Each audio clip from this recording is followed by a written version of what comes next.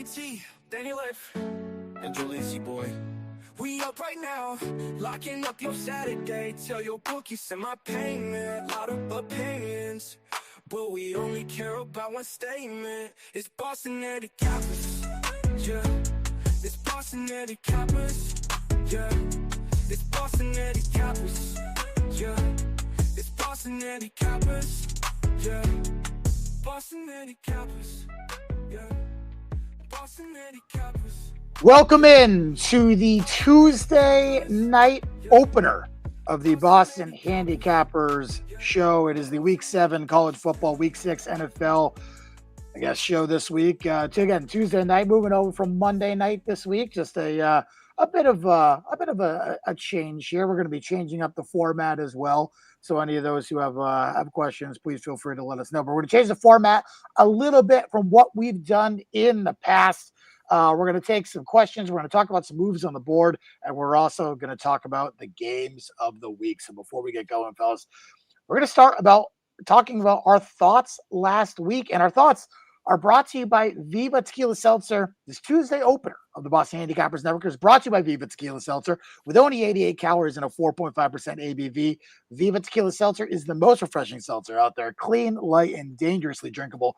Made with real tequila and bold flavors like huckleberry and grapefruit. Viva pairs perfectly with a winning ticket and some football. Viva, live long, live well, live it up. Viva. And I also wanted to say big thanks to Rosa Lyons for having our live show there on Saturday. Went very well. Had a bunch of people there. A lot of fun. Tickets didn't go super well, but everything else was a lot of fun. So we just wanted to big thanks to Rosa Lyons. Everything, again, brought to you by Viva Tequila Seltzer. Jules, I'm going to start with you, if you can. Give me your thoughts on the, your last week, college football, the NFL, whatever you want to start with. Any thoughts you have on the games last week? I actually did well in college football. It was probably my best overall college football week of the season. Thanks to the Texas team total under. It got there. The game went over. Florida won with some margin, but Texas team total stayed under. And Miami, I did play at night. But my thoughts for the week are more on the NFL side. Nothing too crazy jumped out to me in college, other than is Penn State losing to UCLA the biggest college football upset since NIU took down Notre Dame? Like, that's a good one. Give me a bigger one. That was 13 months ago. I don't think there's a bigger one in the last 13 months. On the NFL side, underdog city, dogs 9-5 outright, highest winning percentage in an NFL week for underdogs in 8 years. So that certainly jumped out. Broke up my teasers per usual. Bills and Pats made us look like idiots on Sunday night. Props to the Patriots for putting together a legitimate game. Steph Diggs played possessed. If he can bottle up that revenge motivation that he had on Sunday Night Football and use that on a week-to-week basis, that would look pretty nice. Kicking myself for not playing Diggs yards. I was looking at it at 45.5. It was 60.5 at halftime of that game. Goes for $148, I think it was. But yeah, underlying theme of the week. This was the underdog week in the NFL season. History tells us we're not going to get another one like that for years.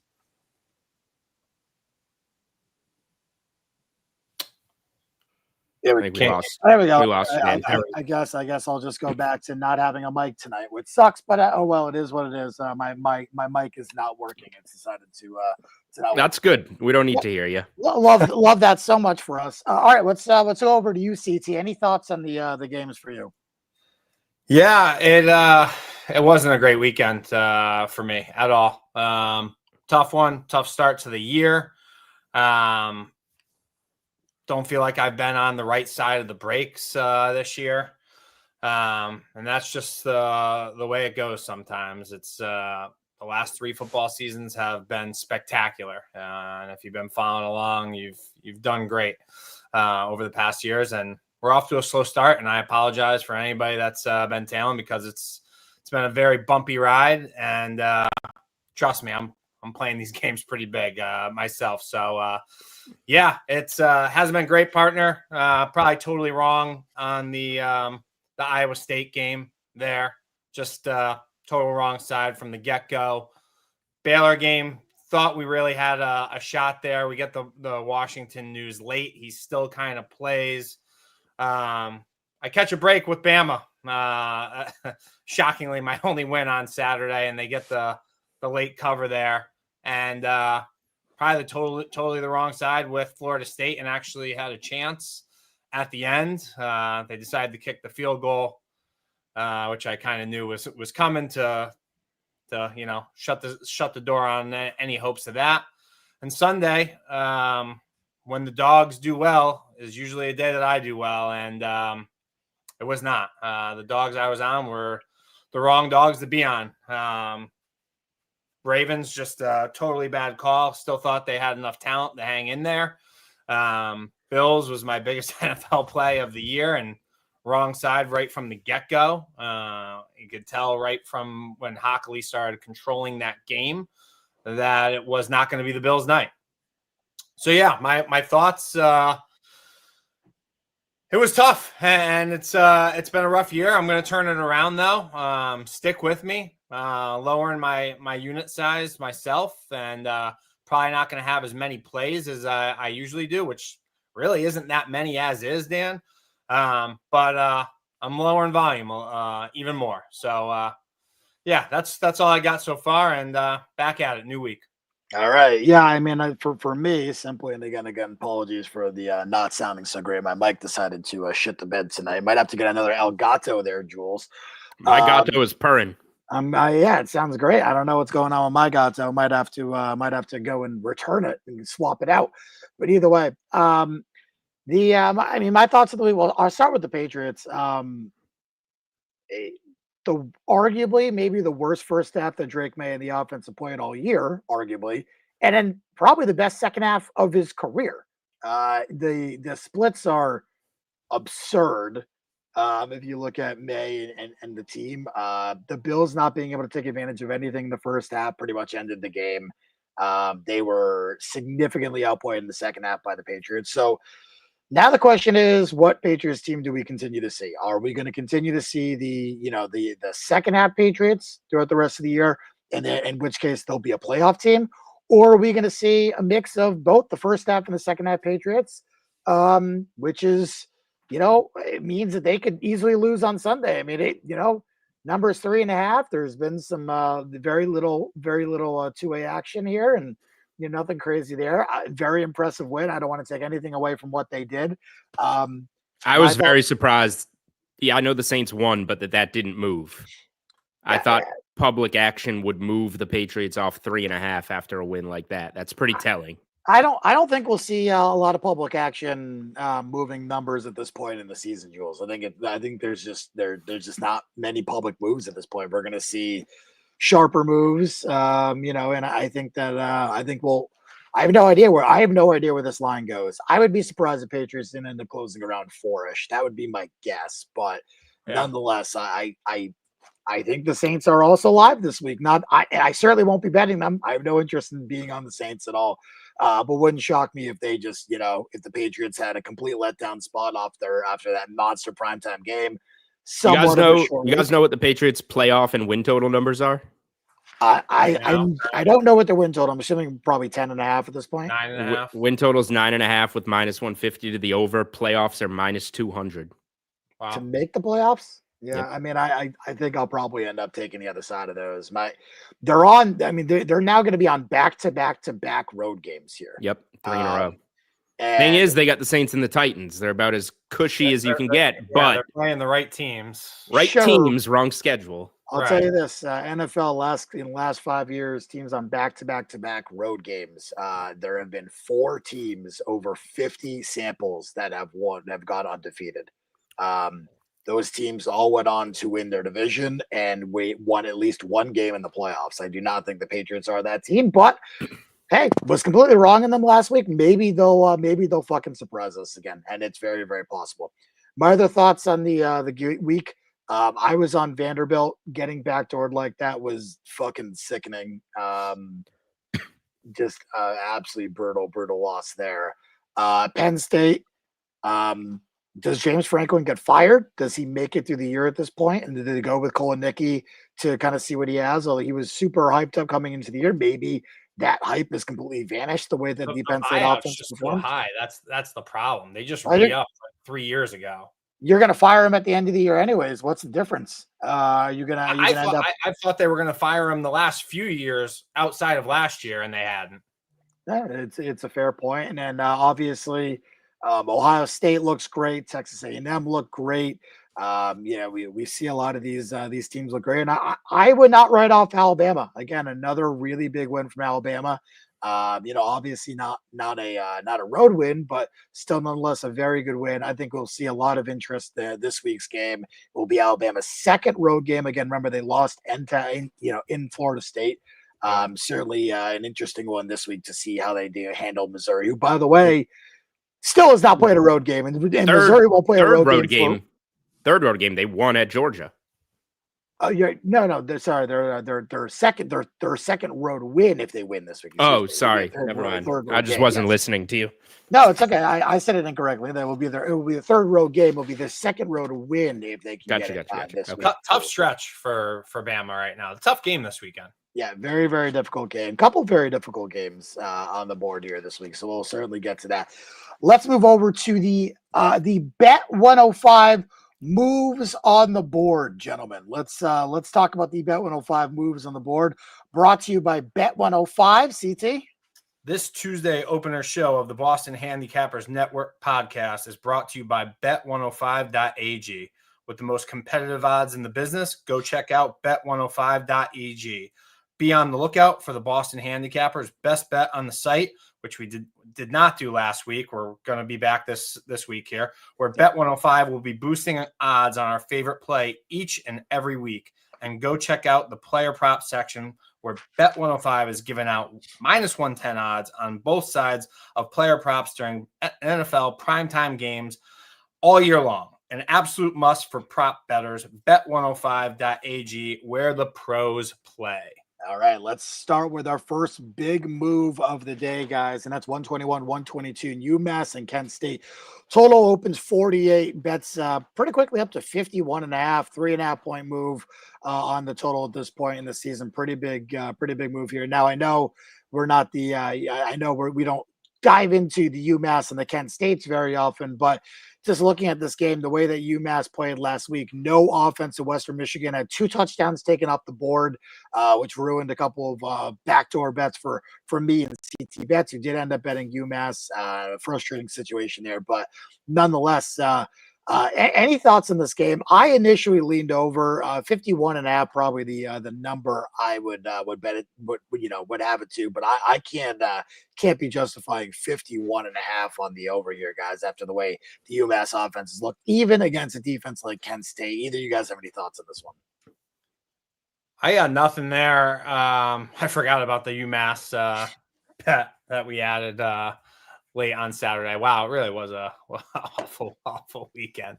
But I have nothing there. I haven't watched much out of either team outside of last week. Jules, anything from you? I usually go to the big bopper for UMass thoughts, but I will say it's pretty telling that they're an underdog to Kent State, who is just thought of as the bottom of the barrel. When you start losing to teams like Bryant and have the season that UMass has had, that's not good. Yeah, no, certainly not what you want. Again, we got a couple folks checking in. Hey, folks, we got our guy Captain K-Man checking in, talking about UCLA, and Danny as well, who says keep killing it. I don't know, maybe we're killing him, unfortunately, but we'll see. Maybe he's fading us. Maybe Danny's fading us. Could be. All right, let's move on to 153, 154. Toledo and Bowling Green. You see the move here, a 3-point move on the side. Toledo from 8 to 11.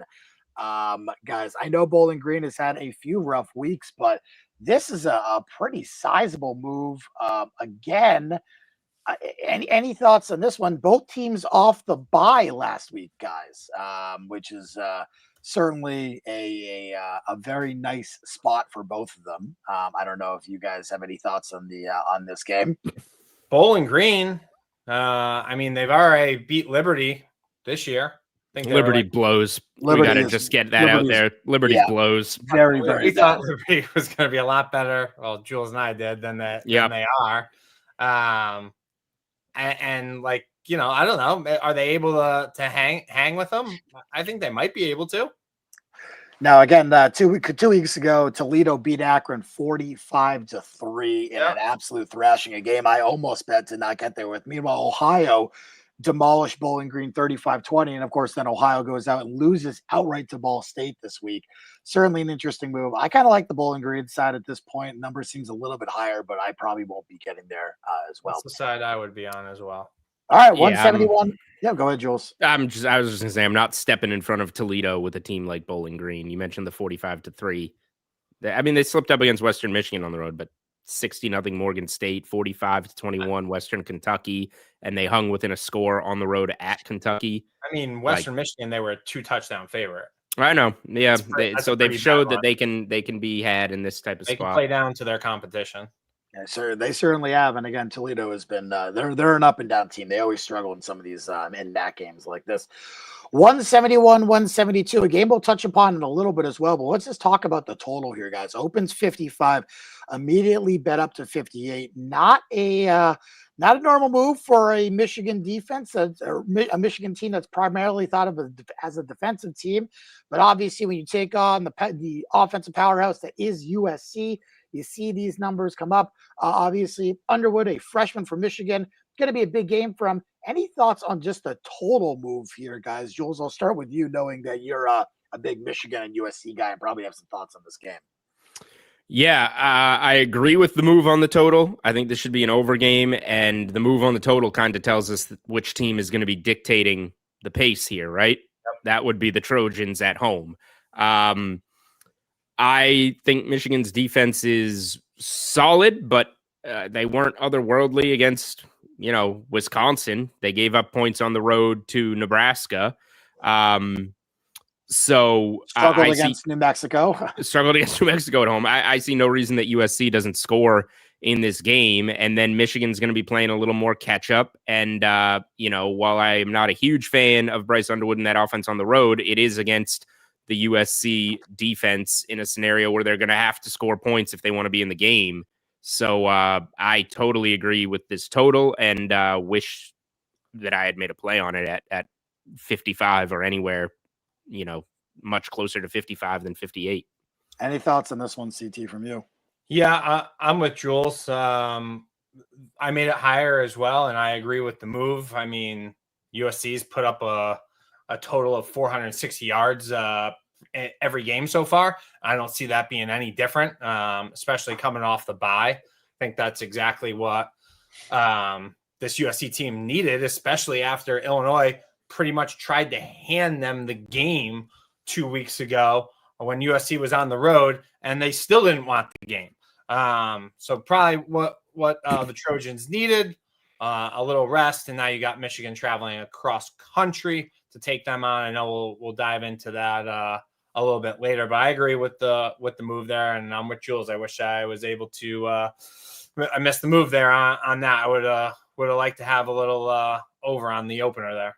Yeah, and again, the number one net EPA per play offense, also the number one offensive success team in the country, USC, taking on the number 70 rated defensive passing success defense this year, guys. It should be certainly interesting there. And also, you take a look at the vice versa here, top 50 or just outside the top 50 in terms of EPA per play. The offensive success for Michigan, all inside the top 50, facing the number 93 defensive success team, 123rd against the run. Certainly an interesting matchup. Looking forward to that one. We'll talk about that one coming up in a little bit. Let's talk about this one too. Another one we'll get to as well, but a big move on this one, 197, 198, Oregon and Indiana. Number goes from 10.5 as the opener. Right now we're sitting 7.5 even money, some 7 minus 120 out there too, guys. There's the Sharps certainly like Indiana. I would tell you I like Indiana too. Got some numbers from before the season on this one. I'm excited for this game. Simply put, do you guys agree with the side? CT, I'll start with you on this one. Do you like the side and the move from 10.5 to 7.5? Where would you make this game? I made it higher. I made it about 11 or 12. And now that it's getting down to 7.5, I might need to get involved on the Ducks here. Both teams coming off the bye, and I get it. The Oregon double overtime win over Penn State probably doesn't look that great anymore, but they controlled that game. Penn State really had, even though I was on Penn State, they had no business putting that game into overtime as is, and probably, a bad spot for Penn State last week going across country there, the Coliseum. So I still think this is going to be a tall task for the Hoosiers. And Dan, what does Indiana do when they have to step up in class? We saw that last year versus the Buckeyes. They hung tough for a little bit, and they could not, kind of stay with the Buckeyes the rest of the game there, and they kind of ran them out of the building. I think the Ducks are pretty live to do that to them this weekend as well. So as that gets down to 7, I'm eyeing the Ducks a little bit here. Okay, Jules, anything for you? Yeah, I see both sides of the game. I see why this would move on Indiana. Indiana kind of just keeps proving everybody wrong. Proving everybody wrong is probably the wrong way to say it, because I think bettors enjoy backing Indiana, but they keep stepping up in all of these games, except when they play the cream of the crop, the Notre Dames, the Ohio States. I don't know if Oregon is quite in that class, but they are a very good team. And CT mentioned it. Maybe the Penn State wins, not maybe, the Penn State win certainly hasn't aged well. But I lean with CT here. I think the Ducks are ultimately the right side in this game. I just think it's a really tough game for Indiana to go in there. And now with this getting to like a touchdown, I don't think I will ultimately play either side. I do have respect for Indiana. But I guess if we're saying, do we agree or not with the move?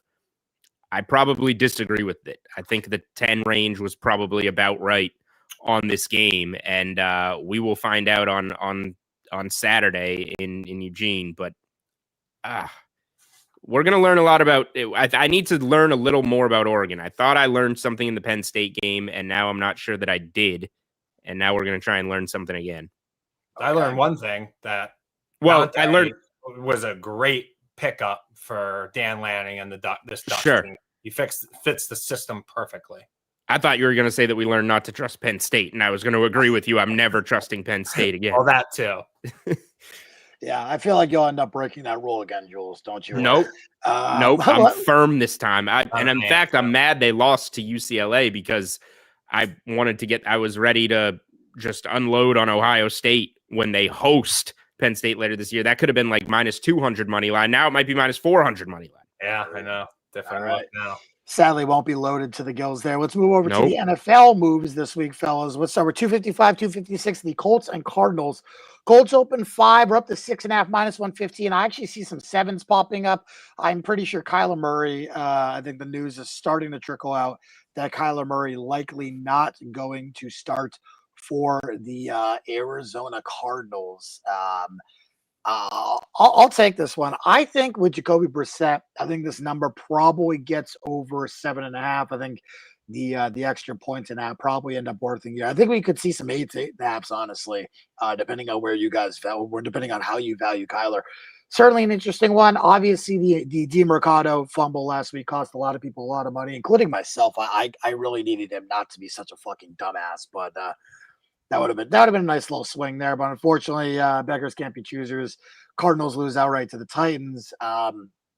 Colts continue doing what they do. What else is new? They absolutely take a dump on the Las Vegas Raiders 40-6, which is just should not be a surprise at all whatsoever. This Colts team continues to be very good. Unfortunately, Jules, I think they're pretty damn good. Sadly, I think that's unfortunately where we are with this game. You can see Danny Dimes once again. A total EPA of over 16, or just not over 16, of exactly 16. Not even throwing deep. The CPOE, not even great, but the EPA per play, just unbelievable. This Raiders team, absolute ass. Certainly something to look at there. So if you're looking at taking the Colts, I would take them now before Kyler Murray is eventually ruled out. That'd be my suggestion there. Anything for you guys on this one? Yeah, I'll give this one out. I bet it right before the show. The only bet I've made all week so far. We got that text in. It looks like he's going to be out. This is going to close higher. I like the way that Dimes has this Colts team rolling here. And I think that, blowing that game on Sunday and him dropping that ball is really going to cause this Cards team problems here. So I'll lay the 6.5 with the Colts here. Show play. There you go. All right, so there you go. We got a nice show play from our guy CT Bets giving out the Colts -6.5. Jules, I'll turn this one over to you. Any thoughts on this game? Not really. To play the game, though, I agree with the move. That should not be we talk about off losses as a bounce back spot. This is not a bounce back spot for the Cardinals. It feels like an unwinding spot, and the Colts have been pounding the opposition. They've been pounding teams that they're better than, and it looks like they're better than this Arizona Cardinals team. So yeah, I don't mind Jacoby Brissett. I don't think Kyler Murray's been setting the world on fire either, so I don't think it's going to be a monster drop off. I just think the Colts are ultimately the right side. They're a much better team than the Cardinals. I agree with the move, and it's going to keep going. Yeah, certainly one to pay attention to and look forward to later this week. And then the final big move that we have, 267, 268, Raiders and Titans. No injury news on this one, just a pure move. -6.5, down to -4.5 even money. We have seen some fours pop on the board, guys. Raiders, after getting blown the fuck out by the Colts, now laying 6. That number's down to 4. Obviously, Tennessee off a win, fellas. But I mean, seriously, where do you guys view this game? Because I still feel the Titans were pretty lucky to win this game. And take a look at where they were. Cam Ward threw it deep, but neither quarterback was very good. In fact, you could argue Cam Ward pretty awful. Once again, the accuracy, the success rate again. Obviously something to pay attention to there, but certainly an interesting one here. Any thoughts from you guys on this one?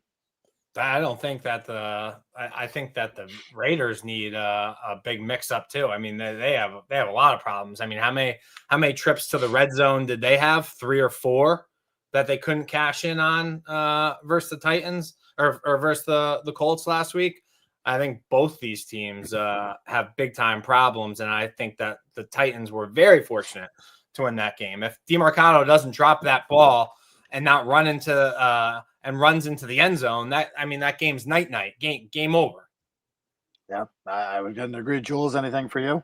Yeah, it's one of the most fortunate wins we have ever seen. So I don't think it's off the Titans win. I think this move is off how bad the Raiders are, right. And this is just a dog shit game. I don't want to lay points with the Raiders, and I don't want to bet on the Titans in almost any scenario. So have fun with this one.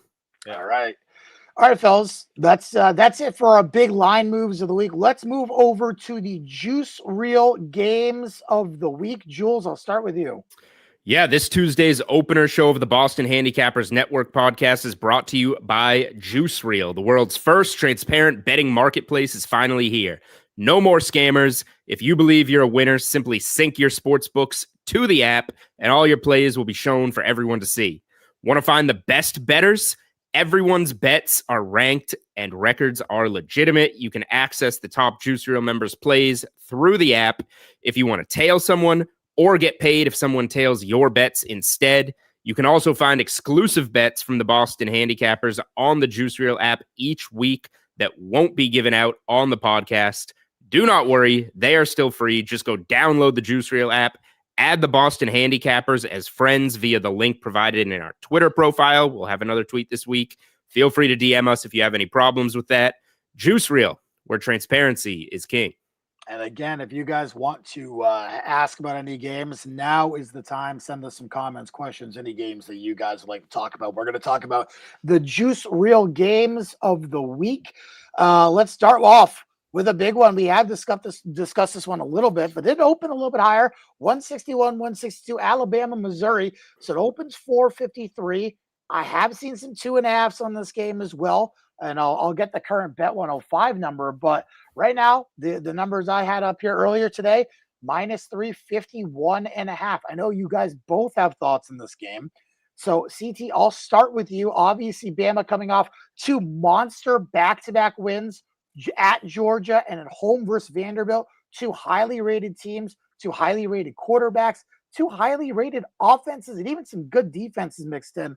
Well, 1 good defense, 1 mediocre defense. Now Bama goes on the road for the 3rd time this year. They do have a good win, obviously, at Georgia, bad loss at Florida State.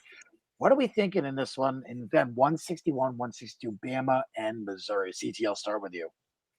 Yeah, I have a strong lean to Missouri here, and you guys know how how I feel about this Alabama team. I bet them over 9.5 wins. They're not my national champ.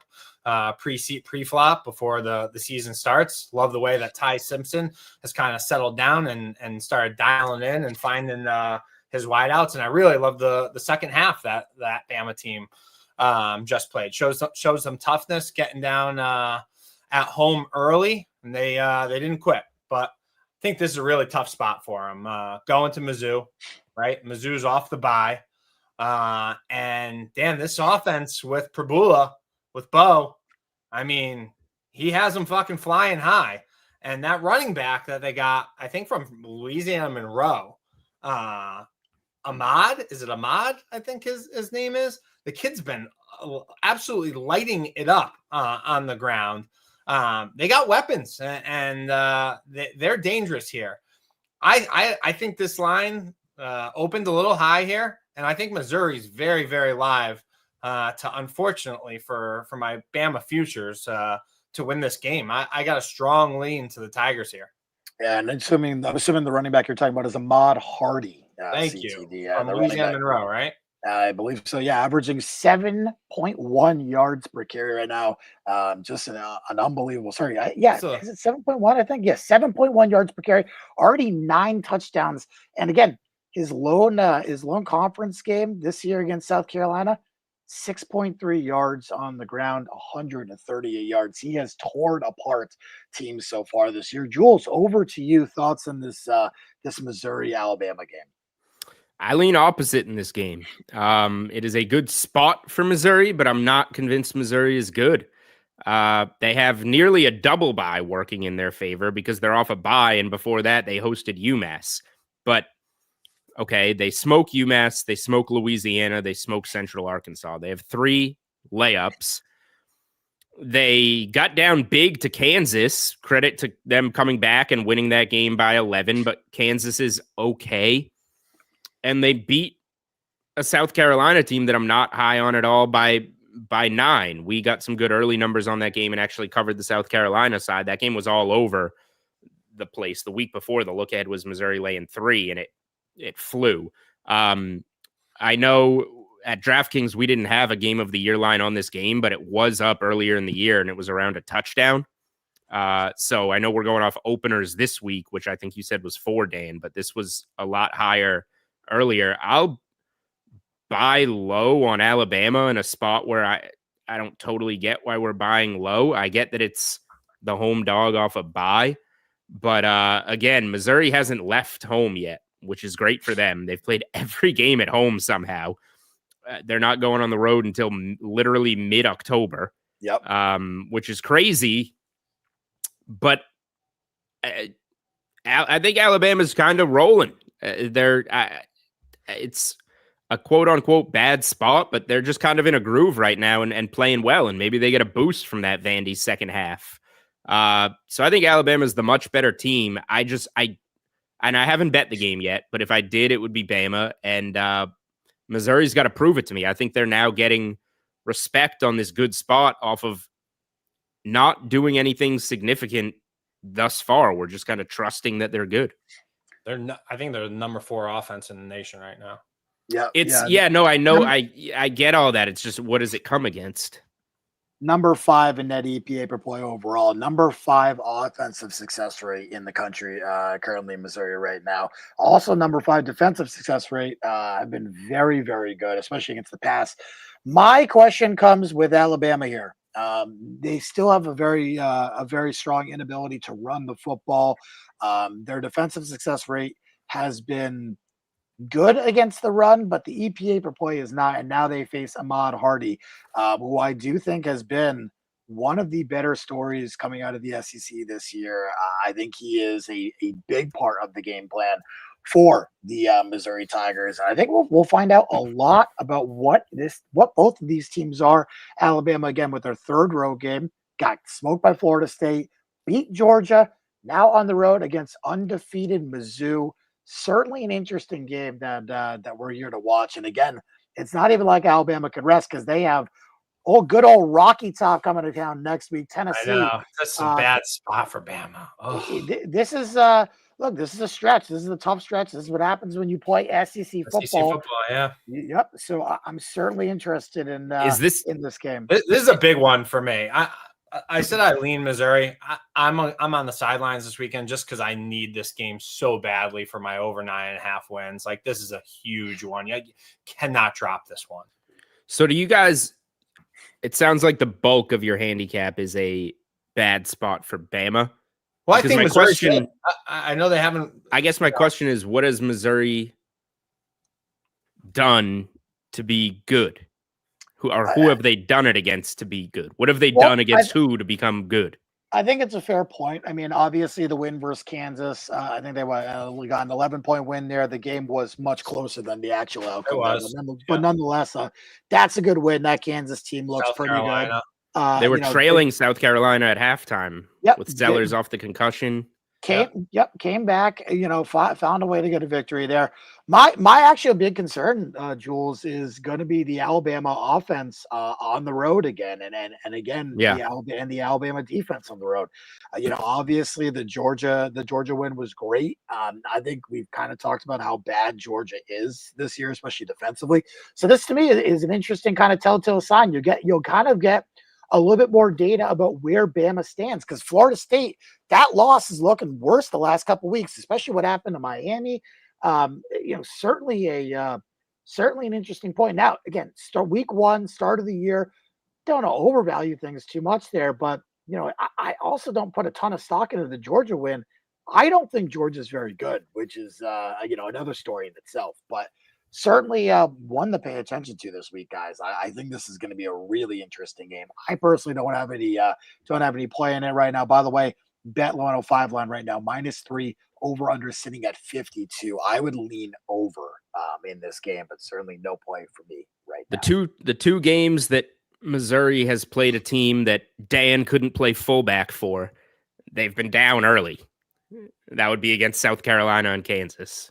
Look, it's a very, very fair point. I don't want to take anything away from you on that one. Maybe Missouri's good. I'm just saying that I don't know that they're good. No, sleepy noon kick on the road for Bama too. We've seen them start slow. It is early. Spots like that. Yep. Certainly an interesting. All right, let's head over to the next game, fellas. Next juice reel game of the week, 171-172, USC and Michigan. So did open 3, 55 is the total. We talked about the total move already. Let's talk about the side here. Jules, I know you have a large, not say a large thought, but you have a very strong, passionate take on this USC Michigan game. I'll start with you here. Obviously looking at what has happened between these two teams and what these two teams have done this year. You can see the success rates here. The EPA per play, number 1 in the country for SC. Yards per play, they're 5th. The success rate is top 10. Meanwhile, Michigan do have a top 25 EPA per play team overall. They are just outside of the top, or just outside of the top 10 in yards per play, and obviously the success rate just outside the top 25%. But now they're facing a team they have not faced offensively all year. This is going to be a significantly different fight for them. And now, again, remember what happened to them with the Oklahoma game. Now they get to face a USC offense, which has been phenomenal, but also haven't faced too many opponents there. Jules, what are your thoughts here? Yeah, Michigan preseason was a team I wanted to fade on the road. I played Oklahoma preseason on the look ahead lines, and then played them week of. That obviously all got there. I passed on the Nebraska spot because Nebraska made me nervous, and they squeaked out a 30-27 win. I played USC preseason, getting 1.5 in this game, and I played USC this week -125 on the money line in the game. Dan, what's USC money line? What can I get on USC money line right now? Let me see the latest USC money line -135 is the number on the money line there. All right, that'll be my show play for tonight. USC money line. Oh, how about that? Jules giving out. I wasn't even ready. Yep, sound it up. Fun. I'm getting it. Yeah, well, I was not ready for that. All right, Jules, continue away. USC's offense is fantastic. They just got smoked, even though the score wasn't smoked, but smoked in a game at Illinois on the road. I feel like they almost talked themselves into the slow start in that game by all the complaining about the noon kick on the East. It's such a bad spot for us. And then they come out and play like it's a bad spot because they're whining about it all week. Now they have that loss to chew on with a bye week and Michigan coming out west to them. I don't love USC's defense, so my handicap of Oklahoma was the perfect team if you want to fade Michigan for Bryce Underwood to go play his first road start of his career, because you're not going to have success against that defense, and that's exactly how that played out. There will be some success against the USC defense, and this is now Underwood's third road game, and it's not the smash spot that it was Oklahoma. And we talked about it with the total. That's why the total's ticked up 3 points. Michigan's going to score some points, but I think USC is going to score more points. I trust them more with the ball. I think Underwood can still make some mistakes. USC, when they bend, they can force some mistakes because they know they're not an elite defense, but I think they're better. And I like the spot at home for USC a lot.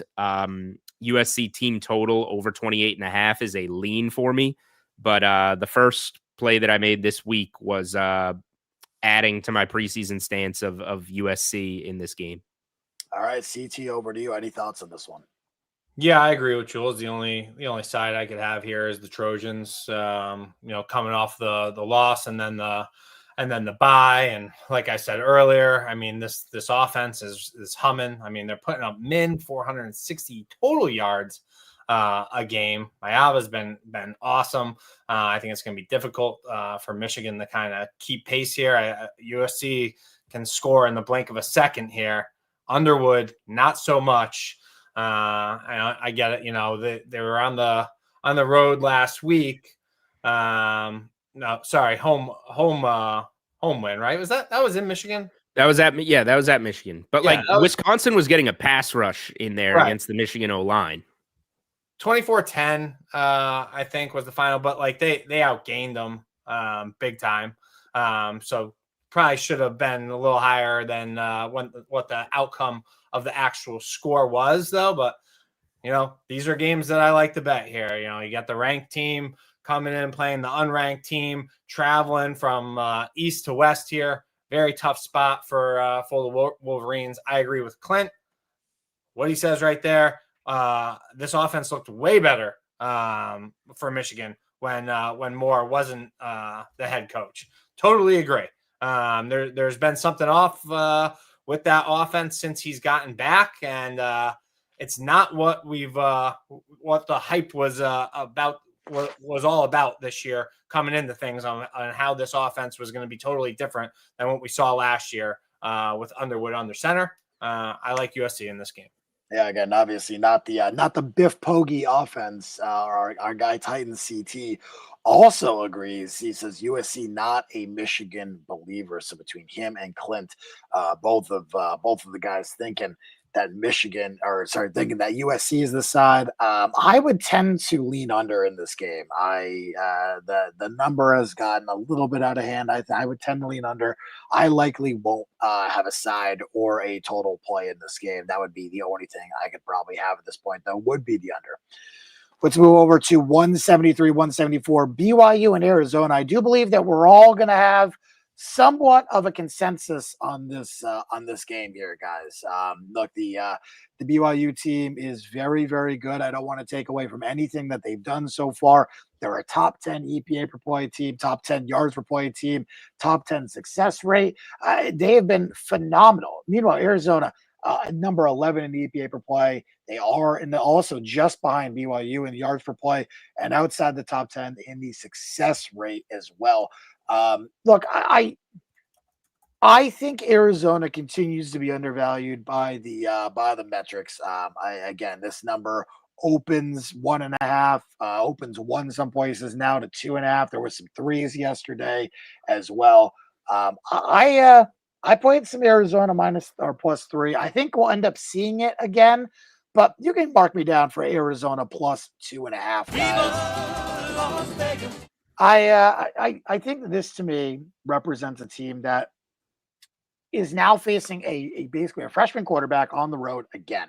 Well, obviously, we saw the success of the BYU guys there and what they were able to do. I don't want to take away too much from what they did last week, but their 2 best wins so far this year. Okay, BYU and Colorado.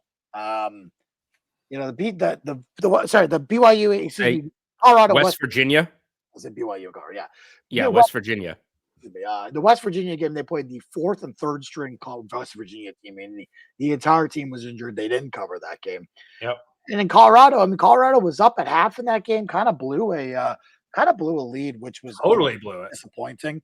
And now they're on the road. They did go on the road earlier this year. They played that Colorado game. I don't want to take too much away from them in that game.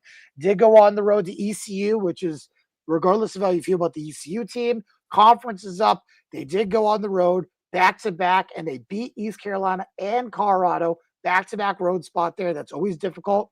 They also have the Holy War on deck, which is obviously, I don't think they're looking past Arizona, but certainly a game they want to prep for, and is a major Big 12 game. Now they're going to Arizona. Difficult place to go, in my opinion. It's not quite as tough as Provo, but I still think a difficult place. And clearly, the best team that they played all year, now on the road, I think against a big-time offense. I think this is a very difficult spot for the freshman quarterback, Bachmeier, to show up in. And I know, again, the metrics say they've been great this year. I disagree with the move. I think Arizona, 3, 2.5 minus, 2.5, whatever. I think both good numbers. I will be on the Arizona Wildcats this week, and I will take the points to them. Our guy Titan CT also on Arizona there too. Jules, I'll start with you. You had some thoughts on this game. What are your thoughts here? Back-to-back show plays for Jules. Arizona with the points. Fired up again, Dan. I'm going to surprise you again. You are going to surprise me again. How about that? All right. I don't. This is like me versus the metrics or analytics week, and I don't know. Maybe analytics will win because they're probably smarter than me. But I see this almost like Missouri. Missouri's obviously a better team than BYU, but BYU hasn't done anything, and they're ranked 18th. Portland State, they smash. Stanford, they beat handily. Stanford stinks. Yes, credit for back-to-back road wins, but East Carolina, and then you sneak by Colorado in a game you trailed, and then you come home and have a Friday night game and beat up on a bad and injured West Virginia team. BYU hasn't done a thing. This is where it's going to get real for them in a real road atmosphere on a Saturday night against a good team. And I think Arizona's proven, that home win over Kansas State, who's looking better and better. They got their doors blown off in their lone road game going to Iowa State, but at home they've been money. They've been racking it up, and I don't think BYU has seen anything like this on the road yet. BYU is absolutely due for some regression, and all these numbers are so high on BYU, and I think that is a product of who they have played, and it's going to look a lot different in this game, and Arizona can absolutely bring it to them. I like this Arizona team. All right, CT, over to you. Okay, this is my only college play of the show. Just ring the bell right now. It's a team play. Arizona plus 2.5. Brett Brennan loves spots like these at home. 8 o'clock, ESPN2. This place is going to be rocking. You guys said plenty. This is why our shows go so long. Move on to the next one. Team play. Okay. Yeah. Good points. Fair enough. All right. 201-202, Texas and Oklahoma. The Red River Shootout, not the Red River rivalry. Fuck that fucking pussy bullshit. It's the Red River Shootout. We're sitting right now, Texas -143 is the total. This one opened 342. This number has moved due to the fact that it sounds like John Mateer is going to potentially play. Don't know the percentage of where he is. I think 17 days after the surgery is where he is. And I can't imagine that he is as good as they're trying to make him out to be right now. I have to imagine that there's got to be some issues there, but we know how Arch Manning has looked. We know how this team has looked. They are just been absolutely brutal so far this year, despite being 3-2. CT, I'll start with you on this one. What are your thoughts on this Texas-Oklahoma Red River Shootout game? Well, I know who Jules likes, and I need you to tell me if I'm taking crazy pills or talk me off the ledge, because I lean the horns here, and I don't care that Mateer's coming back. I just think, like you said, you have something going with Hawkins, and I get it. It's the Red River Shootout here. Are you coming back a little too soon off that surgery? That would scare me a little bit as a OU backer, because you start him, he gets hurt. Now it's a different story. You bring Hawkins in a game that's been going on here for a little bit. I think Texas has a big edge in this game. That's a huge rivalry. This game's close every single year. I think we're going to see a better team than we saw last week of this Horns team. Every week it's the sharp sides on the Gators, sharp sides on the Gators. But they finally came through last week. Tough spot there or a good spot there for the Gators. Kind of catch Texas off guard a little bit. Maybe looking ahead a little bit to this one, which they never get caught with their pants down here. I like the Horns here, so talk me off of it, Dan. Jules, go ahead. Yeah, certainly not as good a spot to fade Texas as last week was, but I like Oklahoma because I think Texas is just way too overrated. I think that if you struggle, and again, Florida's okay on defense, but Oklahoma's taking it to the next level. I think they're going to struggle more on defense. On offense, I would consider, last week I played the Texas team total under. I would consider looking at the Texas team total under, which is 21.5. Total's gotten so low in this game. I lean Oklahoma. I have a preseason 10.5 in pocket. I have a little bit of 3.5 in pocket. I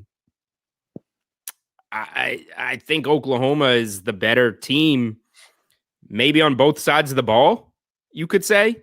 And I kind of like this better if this was going to be like 3.5, 4 with Hawkins versus Mateer rushing back, and it now being, closer to a coin flip in terms of pricing.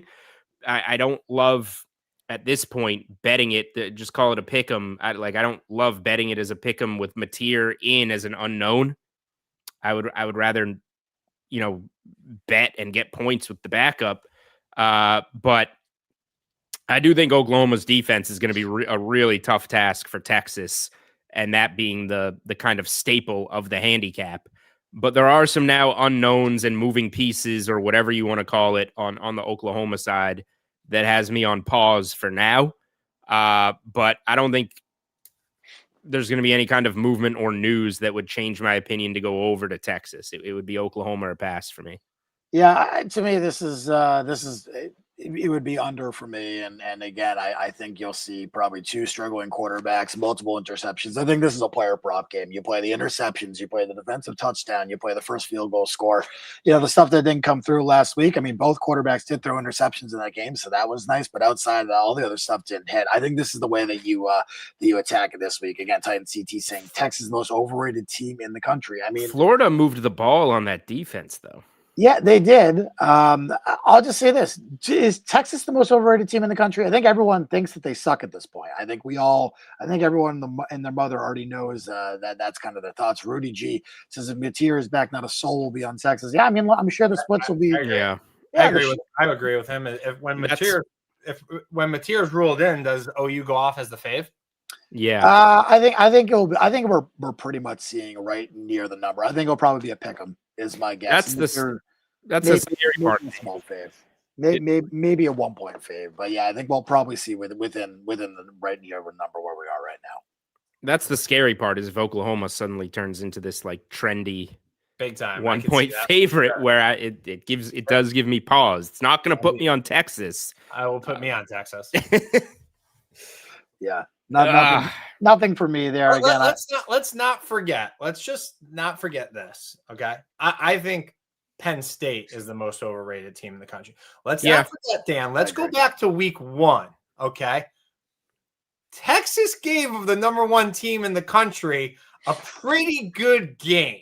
Down the wire. Okay. So let's just slow down a little bit. And I'm not this huge believer in Texas, but I think Texas has a better shot than still making the playoff than Penn State does. Oh yeah, well, no doubt about that. They win this week, it would be a huge cap in their feather. I still don't think they're doing that. I think they're probably a 6 or 7 win team, but I do think this is a winnable game for them, especially with Mateer rushing back. I don't like that situation for Oklahoma. That gives them a lot of moving parts for this week, especially offensively. And I do think that causes potentially some turnover issues with that hand issue there. A lot of factors to kind of look into that one. I think the metrics are the metrics. I think when you take the metrics out, I think you got to start factoring in the human element in this one, and that's my big concern for the Oklahoma side. Let's move over to the NFL, fellas. 259-260, Jags and Seahawks. Obviously, Jags, a 1.5 point move last night after the win. Total goes from 44.5 to 46.5. I actually like the under in this game if I'm doing anything. I think the Jags defense continues to show up. Although I know Kansas City moved the ball pretty well. I think the Kansas City offense is being undervalued in markets right now, just continuously undervalued. And I do think the Jags were able to move the ball against Kansas City. Don't want to take anything away from them there. But I was impressed by the Jaguars again last night. I thought they got hosed on that call. I do think Seattle is an interesting look this week against this Jaguars team. Obviously, Seattle coming off the devastating loss there. Could be a nice rebound spot for them. The number is pretty much accurate where I would have it. I think under would probably be the point I would look at. I still think the Seattle defense is absolutely phenomenal. And I think you'd probably be looking at a lesser offensive team in Seattle. I think this number probably should be more along the lines of around the opener, 44.5. Either of you guys have thoughts on this one? Well, I think that the Jags win last night. I had nothing in the game. Is a little deceiving, Dan, because I still think that this Jags team has a lot of problems, especially with the clock management in the first half. And then on the last drive last night, I wasn't watching the game live, but I saw the highlights there. I mean, the last drive for Lawrence kind of summed things up there. I mean, missing passes, a wide open ATN who would have scored easily there, mismanages the clock, falls over, still somehow gets in, gets lucky, bailed out with the pass interference. I think that like this Jags team isn't what their record is, and that they're getting by here, and we're gonna see the real coaching and the real Trevor Lawrence kind of come out in the next couple weeks. I think the Seattle team and this defense is gonna be a really big problem for this Jags offense. Jules, over to you. Yeah, I think it's a terrific bounce back spot for Seattle, who, funny enough, we know them as the 12th man, but, you know, in this new regime, they've been a much better road team than at home. They're coming off a game where they put up 35 points, make the late mistake, lose to the most fortunate team in the NFL, the Tampa Bay Buccaneers. And now you got a chance to rebound off a team that is on a short week off a primetime victory against Mahomes and the Chiefs. Seems like a great spot to back Seattle. And I do like Jacksonville's defense. I like Seattle's defense too. I trust Seattle a lot more. So Seattle would be my side, but I might be retired from NFL sides and a strictly prop player from this point on. So I would obviously not give out an NFL side. Yeah, so this is that's totally fair. I totally understand that. I think Seattle would be the only side that I can possibly have at this point in this game. That's my personal opinion. I could only have the that side. I think that the defense again being undervalued. I think especially after last week, that was crazy. We are We are getting some thoughts on this. I'm a fan of Trevor Lawrence now. Oh, hold on. Sorry. Apologies for the comments here. I'm a fan of Trevor Lawrence now, coming from our guy. Oh, man. Because he fell down. There we go. I'm a fan of, yeah. Because he fell on his center, tripped on his center. I don't know how the Jags keep winning despite Lawrence continuing to be ass, in my opinion. I do agree the metrics are a bit of a concern there. They're a fade for me going forward.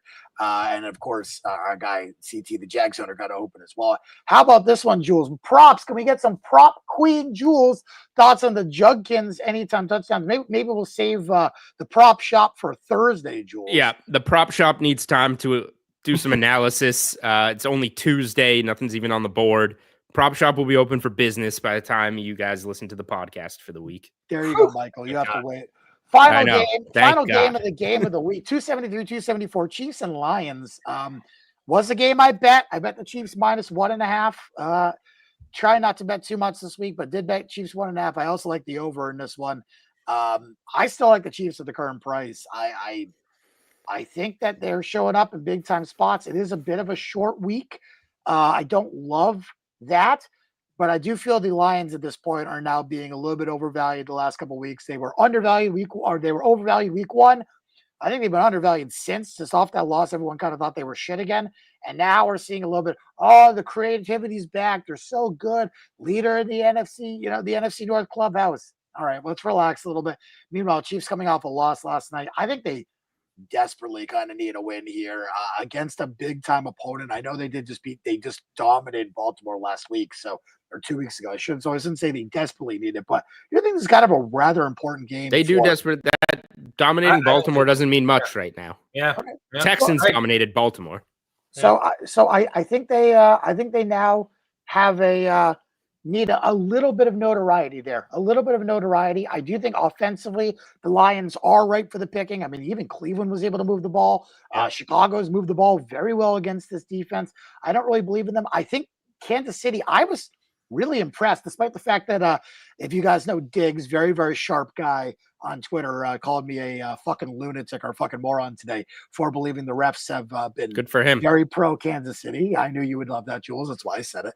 I do think that the offense has completely clicked and things are starting to turn in their favor. And I think offensively, they are on the verge of exploding. I think Kansas City is going to be back in the next couple of weeks. And man, when they get Rashee Rice back, this offense could be really dangerous moving forward. I think people are sleeping on this Kansas City team right now. I think they can absolutely pick it up in the gear. I do not think they will win the Super Bowl, but I think nonetheless, I do really like with the way that the direction their offense is heading in right now. I'll start with you, CT. Any thoughts here? I agree with everything you said. I completely agree. This is a perfect spot for KC coming off that loss last night. Kind of really do need a win here. Like the way that the offense has looked the last few weeks here, and you can kind of catch a Detroit team that's pounding its chest a little bit since that loss to Green Bay. They've kind of been in cruise control here.